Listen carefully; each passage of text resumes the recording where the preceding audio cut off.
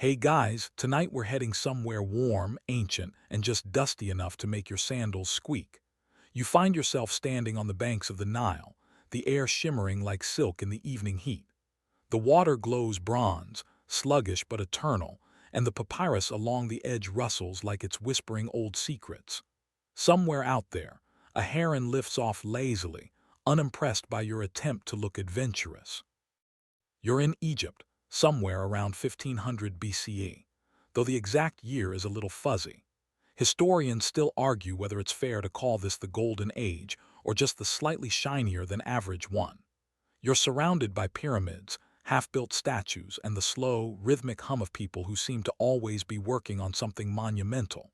And as the light fades, you realize that everyone here knows exactly when the sun will rise tomorrow, and exactly when you should get up. So before you get comfortable, take a moment to like the video and subscribe, but only if you genuinely enjoy what I do here.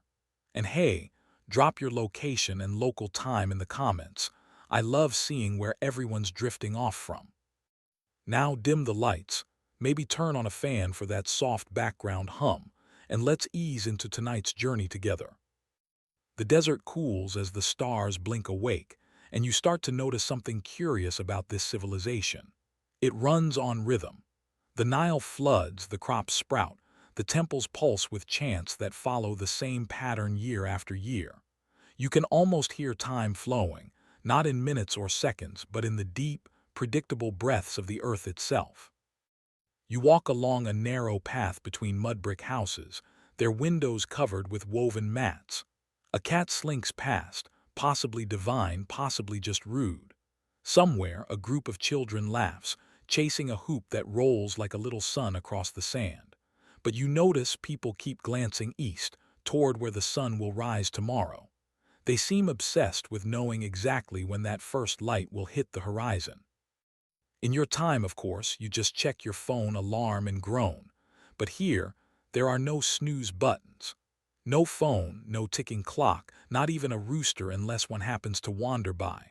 So how do these early risers of the Bronze Age know when to wake? The answer, like most Egyptian things, starts with the gods. To them, time isn't just an abstract concept. It's divine order, something sacred that keeps chaos at bay. The sun god Ra sails his fiery bark across the sky every day, and when he disappears at dusk, he's actually descending into the underworld to fight off serpents of darkness. When he emerges again at dawn, everyone breathes a little easier. Each sunrise is a victory, proof that time itself hasn't stopped. And yet, someone has to make sure the morning rituals happen exactly when Ra reappears. Imagine being the temple priest in charge of that schedule. No pressure, right? Miss the timing, and you might as well tell the gods you overslept. You reach a small shrine near the riverbank, where a young priest is squinting at the horizon with a mixture of devotion and mild panic.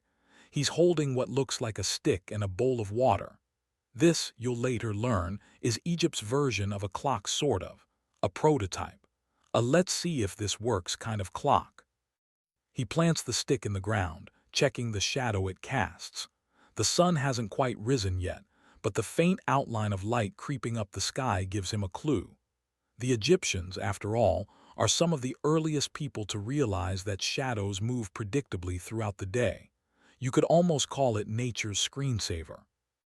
Nearby, a farmer stretches his back and eyes the same glow, muttering to his wife that it's nearly time to water the barley.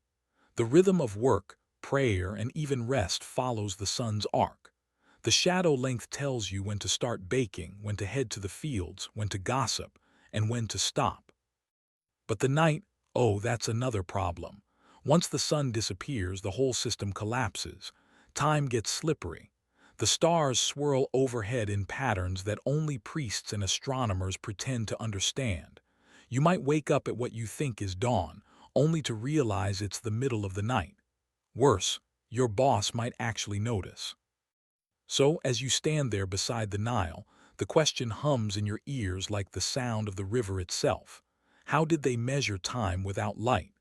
How did they wake before sunrise, when Ra was still fighting in the underworld? You'll soon learn that the solution isn't one invention but a chain of them.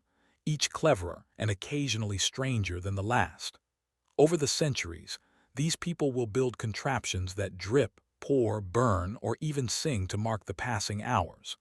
They'll create the first alarm clocks, long before anyone dreamed of electricity, snooze buttons, or that one ringtone you now hate. For now, though, the night deepens. You sit down on a smooth stone near the water's edge. The air smells faintly of mud and incense.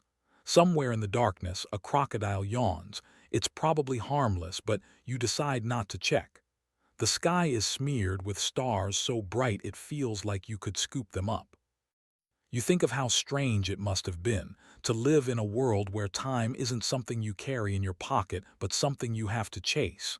You imagine the first person who ever thought, what if we could trap it somehow, bottle it, measure it, maybe even wake up to it? A breeze drifts by, warm as breath, and you can almost hear the future whispering through the reeds. Egypt, it seems, is a land not just of gods and tombs, but of ticking dreams, the slow birth of the clock itself.